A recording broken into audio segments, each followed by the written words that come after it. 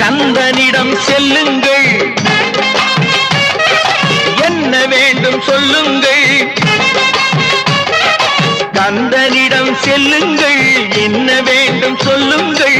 வந்தவினை தீந்துவிடும் மற்றவற்றை தள்ளுங்கள், வந்தவினை தீந்துவிடும் மற்றவற்றை தள்ளுங்கள். கந்தன் காலடியை வணங்கினால் கடவுள்கள் யாவரையும் வணங்குதல் போலே கந்தன் கந்தன் கந்தன் காலடியை வணங்குங்கள்.